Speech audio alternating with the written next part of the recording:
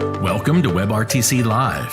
In WebRTC Live, we cover the latest technical topics and business use cases for WebRTC and live video. As always, this episode is brought to you by WebRTC.Ventures, leading integrators of WebRTC video into your custom application. Welcome to WebRTC Live. I'm your host, Aaron Syme, founder and CEO at WebRTC.Ventures. We're a custom design and development agency focused on building live video applications. We're here to help you take your application live.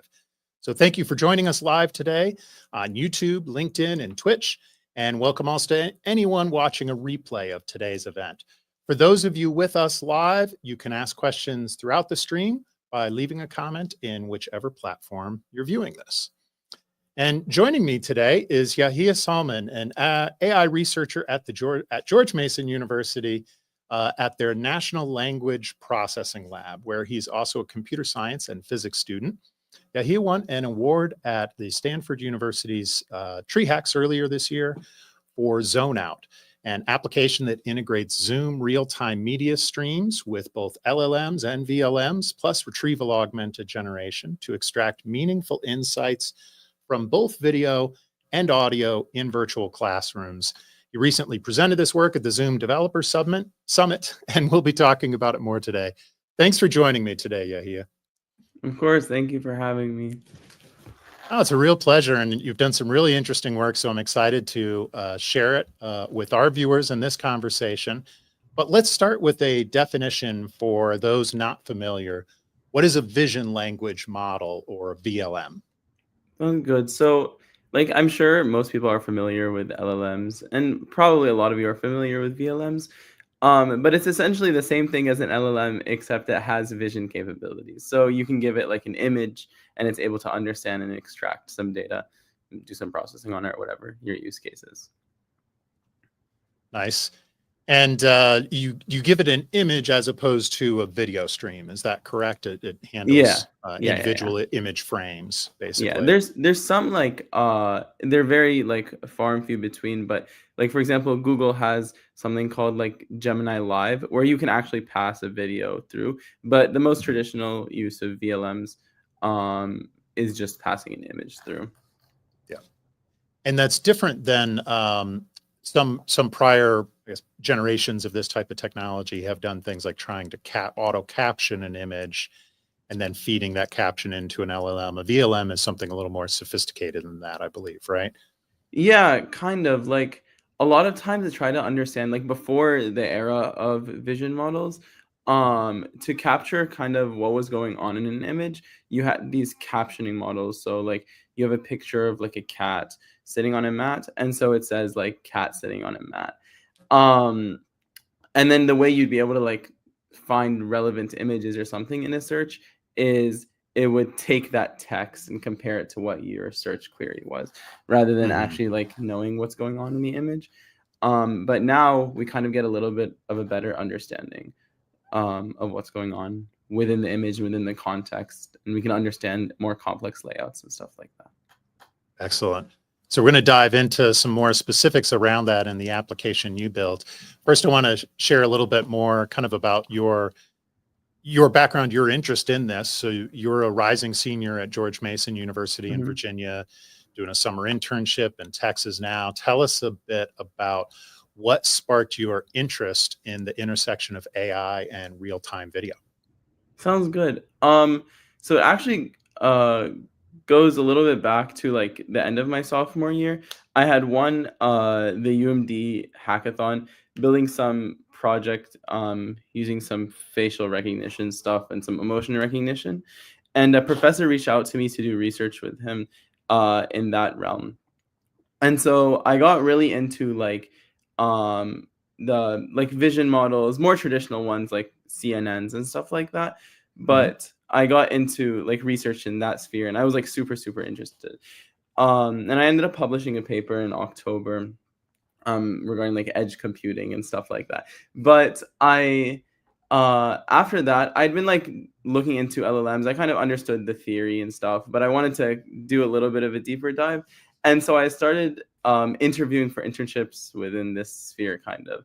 And in November, I had some interview with like some internship startup in New York, and they asked me about some vision model called Call Poly, and I actually used it in the project. We can talk about it in a little bit. Yeah. But I completely bombed the interview. Like it was so bad. And so um and so what happened was I was like, I'm never letting this happen again. And so I went and I read about this like stuff, read about this like architecture, and I really, really enjoyed it. And so I kind of use it to build a couple of projects. I started thinking like, how can I simulate like video being passed through? Because I feel like there's a lot of use cases for it, and that's where we get a couple of projects I've built before, and then eventually this ZoneOut project that was built at Stanford. Nice. Well, I love that. Learning from that missed opportunity in the interview has obviously led to, and I'm sure will continue to, better things for you. So that's an awesome attitude from it. I'm not going to let this happen again. So your zone out project was kind of the manifestation of that ambition on your part to learn more about it. Tell us a little bit more about what ZoneOut is and the TreeHacks event that you entered in it. Sounds good. So I had two teammates, and they were from USC. And what's it called? So we were talking about like what's some issues. We wanted to build an ed tech. We think ed tech's pretty cool. And it's really hard to like start a startup in ed tech because there's not a lot of money. I think we talked about that a little bit. And so whenever I get the opportunity to build it for some case, I kind of try to go for it to scratch that itch almost. And so we were like, what's a big problem we have? And we each had like our own online classes. We've been to internships, been in research meetings and stuff. And we like commonly agreed that the worst feeling we've ever had is one where we like haven't been paying attention for like 5 minutes. And then for the next like hour, you're praying the teacher doesn't call on you, or or like your boss doesn't say like what's going on. And you're like caught like sitting on your hands kind of. And so we were like, okay, how do we fix this problem? So at first we were thinking like, what if we just have like take the teacher, transcribe what they're saying, like save it in some way and be able to retrieve it. But all of us, I'm physics and CS, they're both computer science. And a lot of stuff like that's taught in these classes isn't necessarily said out loud. Like you have long, complicated equations, like in physics, you have like Schrodinger's equations, you have whatever. They're very long. And so the teacher's not going there reading the entire equation. She's just kind of writing on the board and pointing. And so we're like, okay, like we need some way to capture this vision stuff. And so that's where we got, like, that's where the like project of ZoneOut was born. The idea of ZoneOut was born. And kind of like the whole idea is that it's like a buddy watching with you, so that whenever you like miss something or you forget, you can ask it and it will just tell you what's going on. So even when you're stuck in those moments, you're still not screwed. So. Yeah, I love it. And we're gonna show a demo of that a little bit later in our conversation. But I want to talk a little bit more about VLMs first to set the stage for that. And I think what you just talked about was interesting. And so I want to ask you more about kind of the what makes you passionate about these models. But I think part of what you just said is part of that answer where you talked about when you had this idea for solving this, when you zone out in the classroom, your first thought was like a text transcript from it and analyzing that. But as you said, there's so many other cues visually that we miss in conversations that are present in an in-person class or in a video conversation like this. And most AI in like WebRTC and video calls right now is focusing on voice-based use cases, not video. So using LLMs for things like transcripts, summaries, translations, sentiment detection. We've done a lot of that in our work at our company. But the vision side, the video side is what you're passionate about and what VLMs offer. So just talk about that a little bit more. What makes it so important, and why do you think the development community in general is kind of overlooking these at this point? Yeah, sounds good. So like I think it boils down to simply like we don't live in a text-based world. Like we don't, the way we communicate, we don't like just write to each other and then read.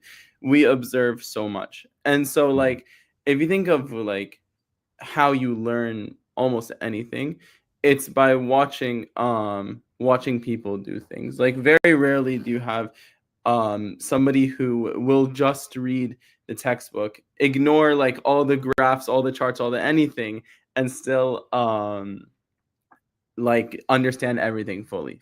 A lot of things, like whether you're learning like how to work out, or you're learning how to golf, or you're learning how to do whatever, you're kind of watching somebody do it.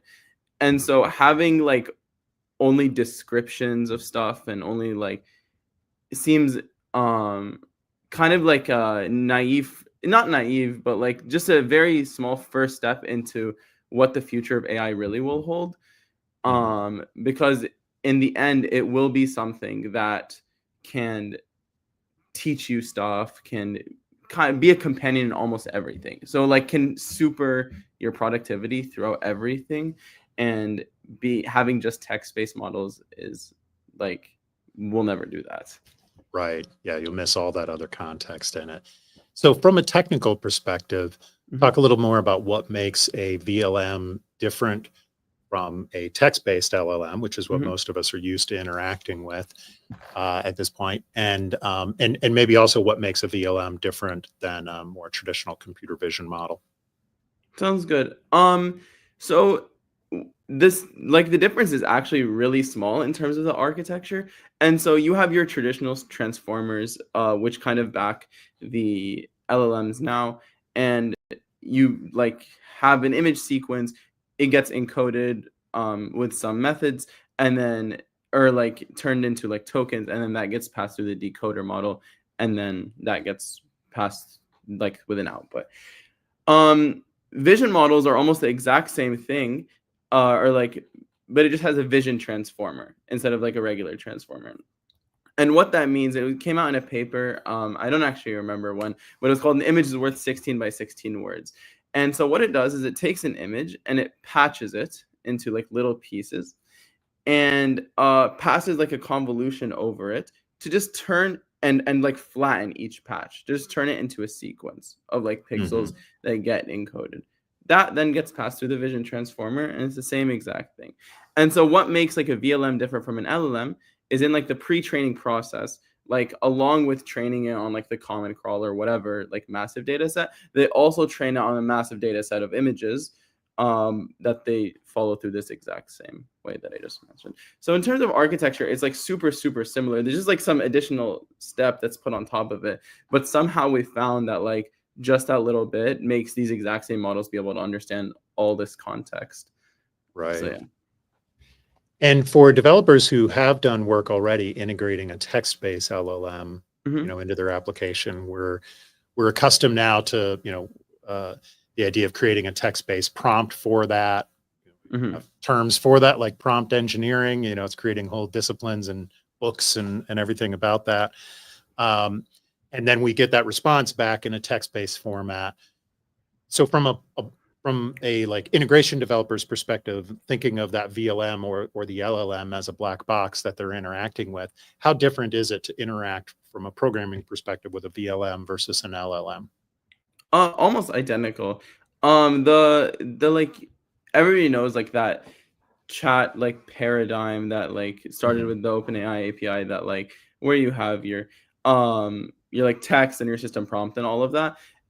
It's essentially the exact same thing, except instead of like text, you can also add like picture, and you just add a link to the picture, like a path URL or something. And so it's almost like plug in like for the exact same stuff. A lot of the same models that you use for text, like in terms of the proprietary models, also support vision. So like all the big ones like OpenAI, like Anthropic, Google, any of them like support vision now. And so it's as simple as just adding like any images you want. And like the same thing applies, like the same rules apply with like if you want to apply the principle of multi-shot prompting or something like that to kind of teach the LLM without fine-tuning your RAG, you can do the same thing with images. So you can pass images through, like give it examples of what it should output, and it'll like tune it the exact same way. Perfect. Yeah, so we have a question for one of our viewers. Juan de la Roca asks, how is the performance of this? And I was kind of thinking the same thing there as you're I imagine how many images you send at once affects the latency in getting a response from the VLM, I presume, or at least Yeah. how long you're pausing to gather those images before sending it. So talk a little bit about how you handle like low latency and that interaction with the Sounds VLM. good. So in terms of performance of like actual accuracy and performance of the output, um, it's like almost the same because this or it's like the same text like performance as you get in an LLM because it's as long as it's pre-trained on the same data, right? And so these VLMs are nothing more than an LLM plus a vision component. And so if it's pre-trained on the same amount of data as the LLMs and stuff, they should perform almost identical, if not better, because of the like vision data that's also being added that improves the model. In terms of Go ahead, sorry. sorry.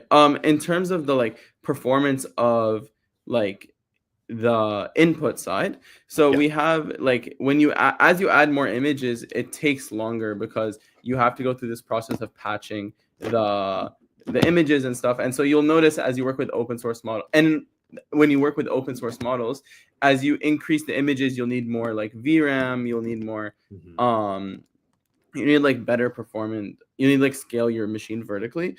But yeah, that's kind of it. Like in terms of the performance, you kind of have to balance like not uploading too many images. What are your resource constraints? If quantizing the model is worth it, to give you more images you can plug in. Like it kind of depends for your use case. That makes sense. That makes sense. And thank you for that question, Juan. So can you give give an example of something that a VLM can understand in a video call that a text-based model would completely miss?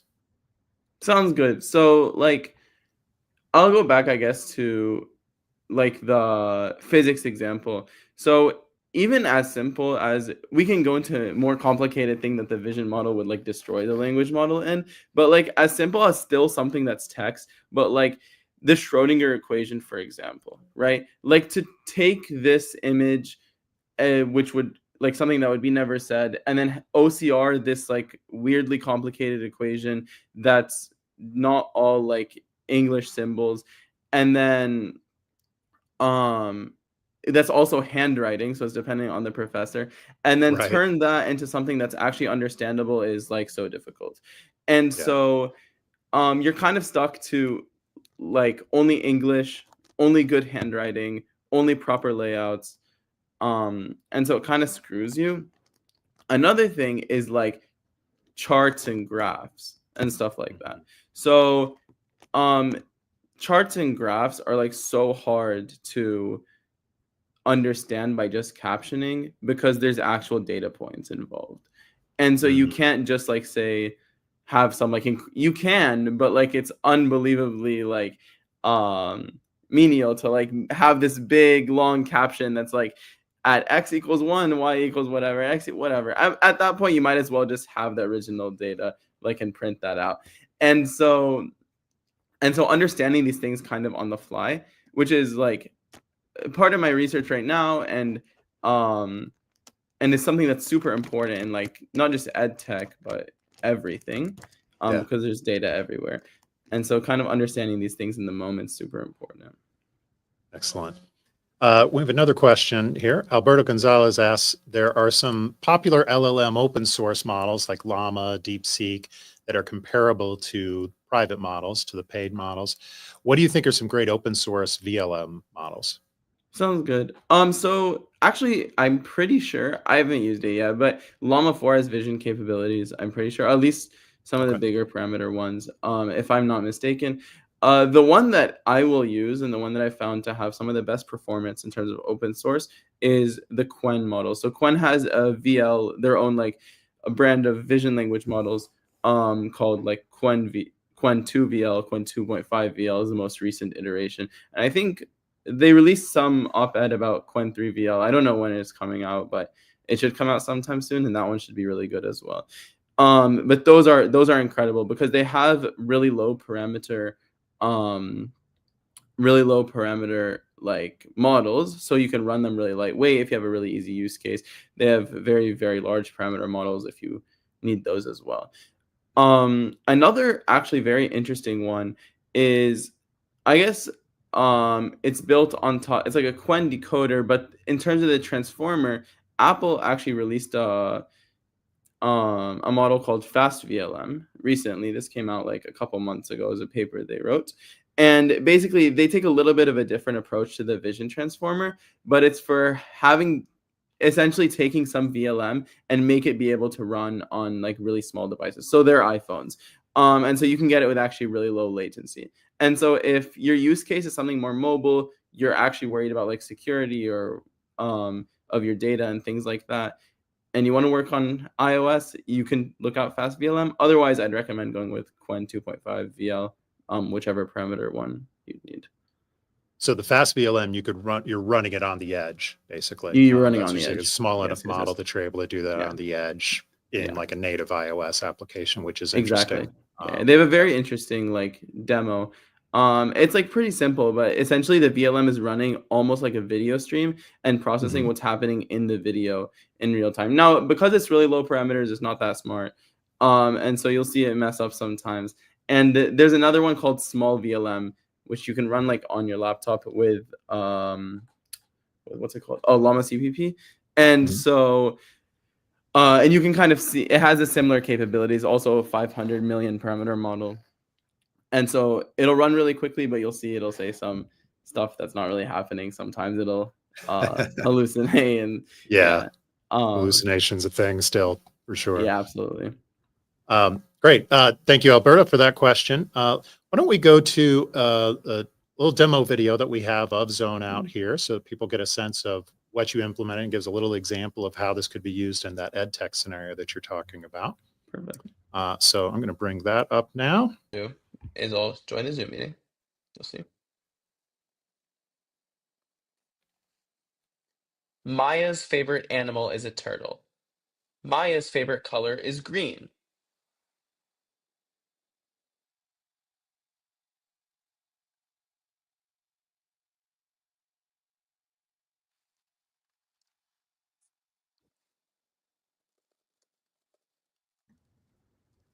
You'll see I'm just typing it. And you see in the beginning, you'll like, I say, what is Yahia's favorite color?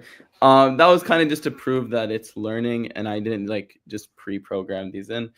So you see it says I don't know what my favorite color is. Oh yeah, but in that second question, it like learned it. So my favorite color green. Everything matches like the information. It works. The information that I was saying or showing. So yeah. So for those who make sure you're looking at those the chat comments on the right in the image there. And so here what we're seeing in this is you gave information to the VL to ZoneOut through a combination of images in the video, your spoken word, and then also kind of text prompts, and it was able to coalesce information from all of those sources and provide answers basically about favorite animals and favorite colors, right? Exactly. Yes. Yeah, so that's really interesting. Talk a little bit more about how you built that. Sounds good. So there's two separate components to ZoneOut. The first is the text, because like as much as like the vision's important, you still can't ignore what the teacher's saying. And so you have this text that we're transcribing every like once the teacher starts talking, we'll start transcribing until the like voice drops below some decibel to indicate that she stopped talking. And so we take this like block of text kind of as like a block of thought, and we index it all together in like a vector database. And then parallel process, we have a VLM sampling, I think every 20 or 30 seconds, the image that's being shown, that's being streamed. And we index that image using a model called ColPoly, and again, embed that in a vector space as well. And so at any point, like, let's say I ask a question, like they're showing like linear equation. I'm like, what's a linear equation? Or like, what is this? What's going on essentially? And so what it'll do is it'll query the most relevant images and the most relevant text, like take those together, pass it through like some LLM to kind of aggregate the data, and then send it back to you in a response. Fantastic. Yeah, that's really interesting how you've done that. And in this example, and you were at the summit, at the hackathon, the TreeHacks hackathon, excuse me. And then when you presented about this at the Zoom Developer Summit, you were using Zoom's APIs, specifically their real-time media streams RTMS API. So talk a little bit about like that API and kind of how you integrated that API with the VLM, how you integrated that real-time video. Sounds good. So you have like how RTMS works. At the hackathon, RTMS wasn't officially out. And so they gave us some dummy mock server that works the exact same way. It just wasn't out to the public. And so what it does is it makes like a WebSocket handshake to make a WebSocket connection to like the Zoom server. And then what it does, or the RTMS server, sorry. And then what it does is it streams all the data from the application from the Zoom meeting.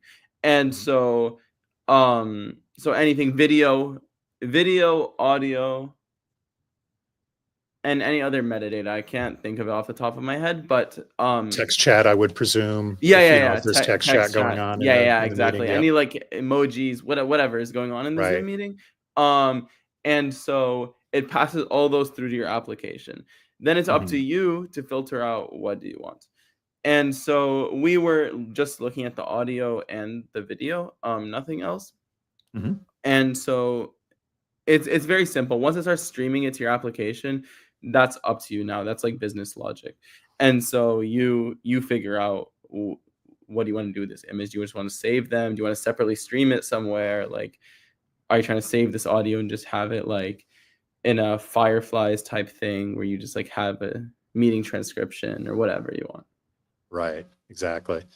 Okay, we've got another question from a viewer here, Justin, who asked, what are some of the strengths and weaknesses of VLMs? Are they good at generating scene descriptions, being contextually aware, interpreting emotions or sign language, or even collision detection?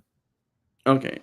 So some strengths, like they're very good at understanding like context of what's going on. They're good at like extracting data. They're very good at like OCR and things like that. They outperform some of the like standard OCR in terms of search. Kind of a big issue with OCR is like if you OCR some big corpus of text and you want to search through it, but you even had like one I that turned into a 1 or something like that, like all of a sudden it's unsearchable. And so that's that's a big issue with OCR, and kind of like using VLMs for this sidesteps that because it has the context to be able to say like, okay, there's no way this is a 1 because like go one-ing is not a real word. And so yeah. Generating scene descriptions, yeah, it's like you can use that as a captioning model if you want. That's essentially a captioning model as far as I understand the question. But yeah, it would work. Emotions are a very complicated thing. And so I worked on the paper the research I was talking about earlier was in emotion recognition and things like that. And one like insight, like one of the biggest insights I got regarding emotions is that like there a lot of times the emotions are so subtle, you feel them way stronger in your head than you feel them on your face. And so like a bit like if you think back to like a time you're like really, really mad, like you won't sit there like that for like 5 minutes or something like that. Like it won't really happen. You'll probably just sit there like with a blank expression. And so from like if you gave it like somebody that's like this, like I'm so sure like I'd be able to tell they were angry, or like somebody smiling that they're happy. But in like the real world, in terms of like application based, emotion's a very difficult thing because we don't show it a lot of times. We don't show what we're thinking a lot of times. In terms of collision detection, so a thing, and I guess this goes into the weaknesses a bit. VLMs struggle a bit with spatial reasoning still. And so trying to figure out like what is like to the left of what and what is to the right of what, and where do I like I have an image, but it's like not exactly centered in the frame. Like give the user directions to move it in the frame. It's fine. Like it finds like has a really hard time with that. And so that's kind of one of the biggest weaknesses. There's data sets that have came out from a couple. I know there was one that came out of a couple of researchers from like MIT and Stanford regarding some like big data set for spatial reasoning. So I'm sure the capabilities are improving, but it's still getting there. Yeah. No, and great question, Justin. Thank you. Yeah, have you seen anything about like sign language? That was one of the use cases I was thinking about with VLMs. That is it capable of understanding sign language? Could you train a model, perhaps specifically around that? Because certainly accessibility is always a challenge. So maybe there's opportunity there too. Absolutely. So I'm sure I haven't seen any like specific research, to be honest, but I think part of Apple's fast VLM either was numbers or sign language. I wasn't sure. Or I don't remember. I'm just remembering like off the top of my head. But sign language is just a bunch of like symbols with the hand. Now some of them I know like I don't know sign language, but I know some of them require some movement of some sort. If I remember like J, something like that, or and so that one might be those might be difficult, because at that point you have to somehow know to process multiple frames or start sampling frames super quickly without knowing what. But if you start talking about like some very basic like A, B, C type of thing, or just some hand symbols that are not moving, I don't see any reason why like you couldn't create a very simple data set and do it off of that. And the best thing actually, which I guess I could talk a little bit about how call poly works, but Please, essentially it like creates like the same patches, and then it trains like a projection layer to map both the text and the images in the same space, so you kind of search the same things using something called like they use something called like late interaction retrieval to score the patches and determine the best image. But you can get the best image from a query. You can also search best image based on an input image, so things like that. And so like a use case I can think like off the top of my head regarding sign language is that you can have some like index an image with some metadata of what the letter is in some vector database of just you create the symbols yourself. And then at any moment you like have somebody that's doing sign language or somebody that's doing a symbol or something, you can like rag on the thing, get the most relevant image. It should be almost the exact same hand symbol and get the metadata for that. And so again, another use case for like why VLMs are so great and why RAG is so cool that you can like by using them. Yeah. Now, in addition to Cal Poly, you also, I believe, used something called Bialdi. If I'm saying that correct. Yeah. Talk about that. Sounds good. Bialdi's just like it was made by the same people that made Ragatouille, some like a Python library. But essentially it's just a wrapper around call poly, and so it makes the usage a little bit easier. You don't have to worry about handling some stuff in the model. You just like in like 6-7 lines you can have your index created and searching through it already. And so yeah, I'd encourage everybody to, if you like want to use it, look up Bialdi, Byaldi, and yeah. Fantastic.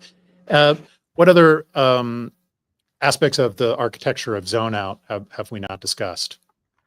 I think we've discussed all of it. Yeah, we discussed like the transcription, how like it's still important to have like text-based stuff, like as much as it sounds like I'm hating on it, I'm not. It's super important, because even though we don't like live in a world where we type, there's a lot of stuff that's read and written. And so there's still a lot of like research to be done into what's actually better passing through because like even us as humans, like sometimes when we read, we still don't read top down. Like when you think of when you're reading something Right. like that, or you read by like looking and seeing what's important, or skimming and things like that. And so these skills, and actually a lot of people at the NLP lab, where I'm a student researcher, um, are working on this, like how do people learn, and how do we read, and how do we understand stuff, because maybe it's the best way is not like maybe we can make things a lot faster if we make these like VLMs skim text and somehow they're also able to understand it. Right. And so yeah. Interesting. Yeah. So kind of as a quick review then, so you use the Zoom real-time media streams, you're extracting images from those videos and then combining that along with text and audio and transcription of the audio. Did you use any particular library or method for grabbing those images from the video stream from Zoom? No, they just give it directly, and so you can. Okay. I used I remember, I think it was some basic speech transcription library for transcribing the things. I guess there actually is one component that we didn't talk about. It's so like with these models and how they're loaded, you always want to make sure that you like aren't reloading the model over and over again and things like Right. that. Because that takes time, because that's like reinitialize the weights and stuff. And so one thing to keep in mind is like you should have some like caching system of sorts where Mhm. like you have instances of the model, and if you keep using them, they just stay in the like in the cache, so they don't actually get like removed. You don't have to recreate an instance of it. And so I worked on a project for a little bit at like a startup I created called Retain. And the idea was that like it was kind of middleware for schools to use their help facilitate the use of AI for students and stuff like that. And so each student had their own like bot, and it was powered by VLMs and also call poly to like, be able to reference their work and their assignments and things like that. But one thing that was like, because there's so many students and there were so many bots, to keep having them reloaded was insane, and it would make the latency so slow and things like that. And so it was kind of a paradigm where we would cache every time they like loaded up the first time. We'd create an instance of the bot and cache it, and as long as you kept using it within like 3-4 hours, it would stay there existent, so the search is instant. And another thing about call poly I forgot to mention is like when I talked about something called late interaction retrieval, it's a very interesting mechanism that makes it so that the latency of search is so fast. So it's like in milliseconds. You'll like, if you try it out, and you click search, it will be there in like a second. And so yeah, it's super Nice. super nice. And are there other lessons around scalability of applications like this that you learned in the process of working on ZoneOut or in any of your other research that you would kind of give as advice to someone looking to build an application with a VLM for the first time? I mean, anything we know from working with text-based LLMs, so it's going to be similar. I presume that, you have to be concerned about how much data, how frequently you're going back and forth, how much compute time you're using. Obviously, in real-time applications, we worry a lot about the latency that any of that introduces, and so how we manage that too. Like, what sort of things would you be focused on if you're trying to take an application from prototype to scale? Okay, so one thing is, to be honest, I would try to avoid multi-shot prompting as much as I could. If anything, I would use one-shot prompting or something, because that means every time it makes like an inference, it has to like do this processing on all these images. And when you use open source models and stuff, and you're like, the architecture is all in your system, unless you create like some crazy optimizations, it's going to run like a lot slower. And so I think even if you send it to the proprietary models, this like massive thing of a bunch of images, and then you have your prompt with an image at the end, it will also like mess up quite a bit. And another thing is like, a lot, like too much context is still noise, whether it's images or text. And so like the same way you wouldn't pass like the entire book of Harry Potter through the context window, even though like a lot of context windows can now support that length of stuff, is because like the LLM's gonna like go stupid and have no idea what to even look for. Images are still like, to the LLM, are still just a bunch of tokens. And so passing too many images and stuff also introduces like a crazy amount of noise. And so you have to understand like some trade-off between what's useful and what's not. I would urge anyone trying to have some real-time like application, if you're okay using proprietary models, to check out Google Gemini Live, because as far as I know, it's the only like model that's able to support like a video stream being passed through. And I think they do some like back-end processing logic to turn it into like frames and stuff, because the response is like super quick. But if you're trying to do something yourself with like open source models, I think a very good principle to understand is that like scenes don't change that much as you're like moving throughout, like in ed tech, for example, like the teacher isn't erasing and rewriting the board every second. Like, so we would like, the idea behind like indexing every 30 seconds is that like maybe that's when a substantial change will be made, if even like not longer. And so like if you're building some real-time thing, I think sampling a little bit, like stray on the side of sampling a little bit less than a little bit more. It'll help your latency, it'll help your like hardware like restrictions, it'll help a lot. Inference time, things like that, the user experience. Yeah, that makes sense. And the like sampling window and things like that are going to vary by use case of how useful it is to how frequently to do that.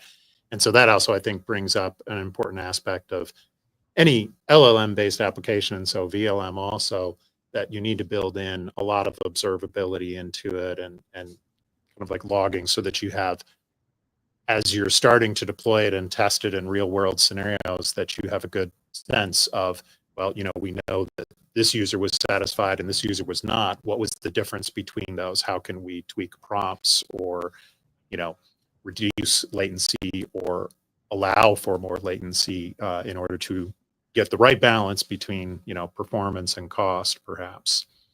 We have one other viewer question here. This will probably be our last one since we're getting to the end of time here, but Shastri asks, how about the running cost of using a vision language model versus a captioning model?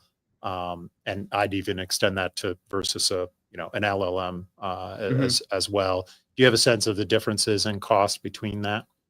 Yes. So like you let's say, so versus a captioning model, like it kind of depends on how lightweight the captioning model is.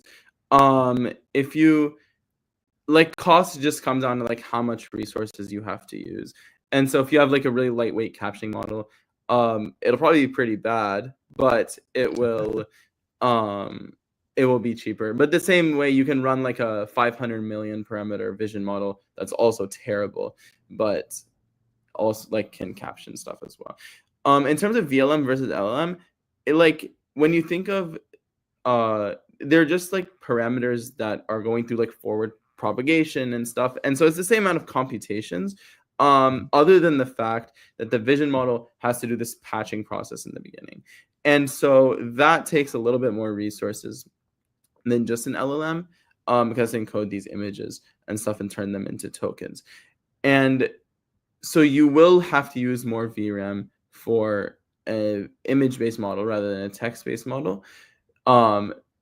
But it shouldn't be that different unless you're doing some crazy like multi-image inference or something like that. In which case, I would recommend people look into multi-GPU inference and things like that. So because like when you scale GPUs vertically, they get insanely exponentially more expensive.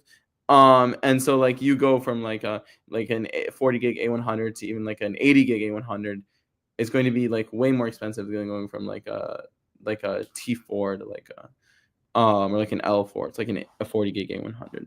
And so you should like maybe look at multi-GPU inference, see if you can like split the weights on. There's a lot of ways to do that with a bunch of different libraries and stuff like that. Sometimes even natively provided within the transformers model, or the transformers library when you initialize the model. Yeah, that makes sense. And thank you, Shastra. Great question. And yeah, for me, this also just emphasizes the advice that I think is appropriate for any sort of LLM, and so also VLM integration and development work, is that as you're building the application, of course, the models are constantly changing. And so whatever architecture you start with might not be the architecture that you finish with, or you may even want to run things, kind of in parallel to each other to see, what, how high quality a captioning model, for example, do you need to use? Can you get away with a lower quality one for your use case in order to have lower costs or more simplicity, or whatever the case, whatever the trade-off may be. But also making sure that you're building your application in anticipation that if not by the time you deploy, then sometime shortly after, there's probably going to be a different model that you will want to try out or switch to entirely. So kind of being ready for that sort of constant change, which is part of what makes building these sorts of applications so interesting, but also complex, is Absolutely, accommodating that rate of change. Yeah, I think one of the biggest things to keep in mind, kind of in the sphere that we're in, where things change almost every day, is that build applications with the idea that the models will get better. Right. And so a lot of like startups that will be built right now, or applications that we built, get instantly destroyed and have to disband once OpenAI like updates their model or something like that, because all of a sudden OpenAI supports their full functionality or whatever. Right. And so build it with the idea that your app will get better as the model gets better, not like let's pray they don't like catch on to this and like add it to their models as well. Right. So yeah. Excellent. Well, Yahia, this has been a really excellent conversation. I appreciate the excellent questions we've also had from viewers and your very thoughtful answers. And it's a really interesting topic. I'll certainly continue to follow your work and appreciate you sharing this time with us. Do you have any kind of final thoughts you want to share about what you're excited most about, what's coming up in this space, or what you're excited to do, what your next steps are as you enter your senior year? What's up next for you? So for me, like, I'm gonna continue research. I do research in like multi-agent systems and on-device VLMs and things like that. How do we optimize them? What are some capabilities that we can add? I'm super excited for like two things. I really, really like what Google did with Gemini Live. I'm excited for a world where we don't have to manually do this frame processing, determining how much we want to do, and it just is handled by the model. Or maybe models that can handle video natively. And I think that's like the world that we're headed to. Yeah. Absolutely. Another thing I think is like super, super exciting is like the idea that maybe like transformers aren't like the end all be all. I know I went to like the YCAI conference in mid-June, and I was talking to some people, some like PhD researchers and stuff like that, who are working on some like state space models and things of that nature. And I think it's really interesting to think that maybe just scaling the data that we're pre-training LLMs on and things like that isn't how we're actually going to achieve AGI in the end. And so the models are still like kind of stupid. Like they can't understand like how many R's are in strawberry because of like how words are tokenized or things like that. Right. And so just that idea is super cool to think about.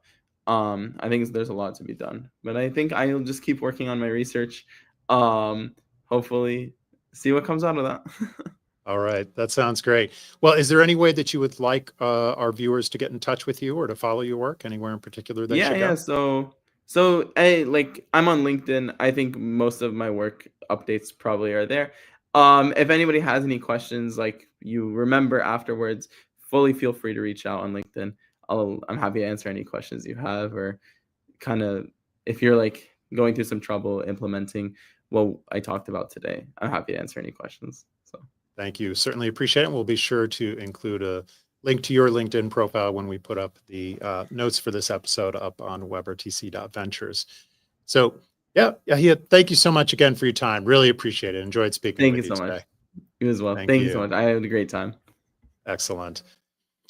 All right. Well, our next episode of WebRTC Live will actually be live from Krakow, Poland. We'll be returning to Krakow, Poland for another live broadcast from the RTC On conference. So you can join us in person at that, at the rtcon.live URL. You can get more information about the event itself and tickets put on by our friends at Software Mansion. I was there in person last year.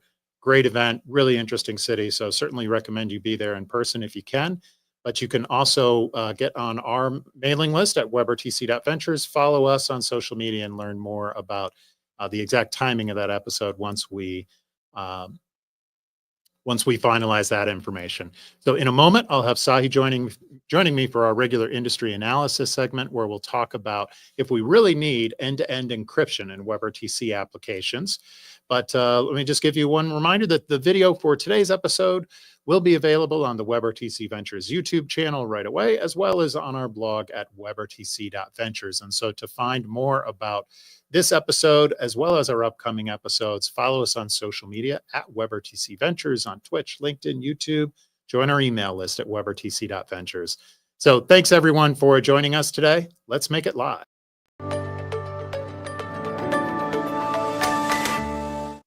Thanks for joining me today, Sahi. Security is a common topic in WebRTC, as it should be in all of software development. And there's a lot of encryption built into the WebRTC media channels already, but it's point-to-point security, not full end-to-end encryption, right? So we have a lot of vendors who have added in end-to-end encryption as an optional feature in their tech stack. But my question for you today is, do we need end-to-end encryption in WebRTC applications? I guess the TLDR answer is it depends, but in most cases, probably not. Yeah. So this would be like a feature that you need to mark in the checklist that you need it, but you're never going to actually use it after you marked it and chose the vendor. And I guess it starts from the question of what are you looking for, like encryption or privacy? Which one? Okay. Security or privacy. Like the more secure the system is, it's actually less private in many ways. Because the question is, who are you securing it from? So if I need to secure it from users, then I need to authenticate and authorize them. So I need to know who is doing what, when exactly. So is that breaching their privacy while I'm doing that? And if I want to have a conversation that is private, what does it mean if I want security for children so that there is no, I don't know, people removing their clothes or saying things that they shouldn't? How do you handle that? Do you do it locally on the device, or is a server going to look at what goes on there and, well, where is the privacy is going now? So there is a tension there that always exists between security and privacy. And I think that most cases would tend towards security. And when we say end-to-end encryption, we're actually saying privacy more than we're saying security. Okay, that's just my viewpoint. No, that's a good point. It's a good point about the tension between those, and it feels like both security and privacy and end-to-end encryption are the kinds of things that when someone's building their requirements document, their RFP for a product, they just sort of throw that in there. Yeah, we want it to be secure and private and all those things without thinking about what does that really mean and what are the trade-offs that they're making. So yeah, if you're building something like, Signal, then you want privacy, right? And you want end-to-end encryption. But for most use cases, you probably don't want that, right? Most profitable companies in the world, and I would again focus it, that make money out of software, tend to need that data that is going to breach privacy. Right. and Right. that's going to be the end of it. You know, Yeah. Facebook, Google, Amazon, just throwing names out there. Yeah. And that's the truth of it. Now, here's the thing. I'm a company. I'm an enterprise. I've got 1,000 employees. I want a system that is secure and private. Definitely that I want that. Now you're going to tell me I'm going to give you end-to-end encryption in the solution. I say, great, let's enable it. And then you tell me, well, now we can't record the calls. Right. And there is no translation and transcription and summaries, and we can't do all of the nice stuff with all of the AI crap that we talk about every month for the last year. And then what would the business person say? What would the CEO of that company say? He would say, screw that. I don't want end-to-end encryption. Just make sure that I can record the calls and get insights. And because if we don't do AI properly, if we don't understand the company, we don't have the velocity, and someone else will kill us. Ta-da! Yeah. End of the conversation. Now, Yeah. When you use end-to-end encryption, you mhm, are losing the benefits, a lot of the benefits anyways, of having a media server in the middle. You can still use a media server in the middle, but it yep, can't do much with the media because it can't decrypt it, right? By yes, definition. and So I yeah, so can't. all these things that our clients ask for, we can't do. Yes, and now you can. Okay, it's not that you can't. I can say, well, let's do a media server and have another user join, and that user would be a machine in the cloud that would be managed by the enterprise, not the vendor. And that machine would then do the recording because that has a private key that the vendor doesn't have. Right. We can do that, Sure. but then wham, it's like now I need to have machines hosted in the cloud that I manage, I maintain, Yeah. we're doing that, so I don't need to do it. So it's like, how do you go and bridge that gap? That I don't, I mean, I know how you do, but it will work only for very large enterprises that really, really seriously need both of these things at the same time. Let's say governments, Mhm. okay? They can pay for it. Others, less so. I don't see, the small SMB that is trying to sell washing machines going to do that. Why? Right. It's not worth it.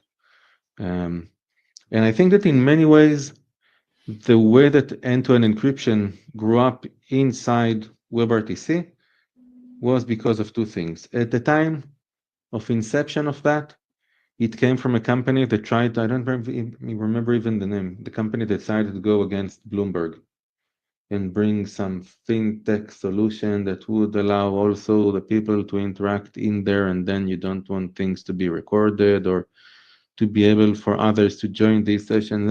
It made sense. Yes, fine. Today, no, because everyone wants to record these calls and summarize them and send them to the bot to do whatever. But at that point in time, it made sense. And the people playing with WebRTC and toying with it at the time, so, well, here's a new toy to play with. We've done WebRTC. We know how to do video. Technology is there. What else is there for us to play with that is new? Oh, let's do end-to-end encryption. Let's add things. Let's call it perk or something else, and then the insertable strings and whatnot. But there was like enthusiasm of doing something new within the standard, and then you go, it was more a technical solution looking for an actual business problem. Okay, and we have end-to-end encryption that everybody enjoys and needs, and everyone uses for other things other than end-to-end encryption.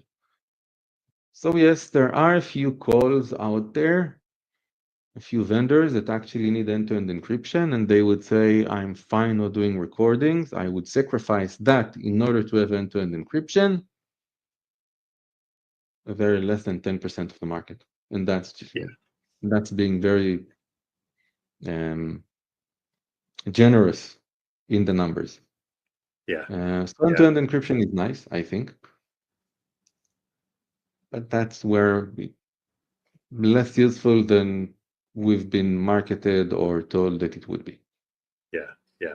Obviously, in every application, some level of security is important. Some level of privacy should be important, though not always. Yep. But that doesn't mean you have to have end-to-end encryption for sure. And if someone is telling you that, you should push back a little bit and think about the trade-offs. Because even as you said, you could make some architectural compromises and get both, say, recording and end-to-end encryption. But you're going back to an older architectural style that we kind of used in the past of having a third dummy participant join the call just for the sake of recording it. And there's a reason that we got away from that and do recording on the media server instead, because it's better, it's more efficient. It's better technically, right? So you could do it, but you have to make some trade-offs that most people are not going to want to do in complexity or cost. So. Yes. Now, I think if you move fast forward 5-10 years from now, we will probably have end-to-end encryption for video. I'm not talking about chat messages and text messages, but for video. But then there would be a lot of this.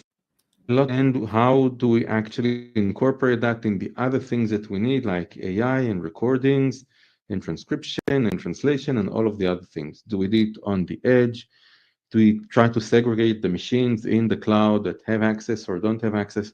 I remember when Google came out with their noise suppression solution for Google Meet. They said, well, we do noise suppression on the server. So wait, the servers are now decoding the audio that we're sending them? Not only decrypting because it's an SFU, but also decoding? And the answer was, well, yes, but it's on special machines that are not related to everything else. And it's like it's protected and put aside. You're decoding everything, you're decrypting it, and you're actually listening to my audio to do noise suppression. Did Google Meet reduce in market share because of that, or did people just go and enable noise suppression and be done with it? Right. So I guess that's how things are going to work in our industry, and they're going to continue working that way. If someone can crack how you do both, that would be great. I don't see it happening, let's call it soon. We have bigger problems to deal with, usually around AI. Yeah, exactly. All right, Sahi. Well, thank you as always for sharing your insights with us today. To learn more about Sahi's work, you can check out bloggeek.me. To learn more about future episodes of WebRTC Live, check us out at WebRTC.Ventures. Thanks, Sahi. Thanks, Aaron. Thanks for joining us for WebRTC Live. Visit our website at WebRTC.Ventures to learn more about our custom design and development services, and to learn more about upcoming episodes of WebRTC Live.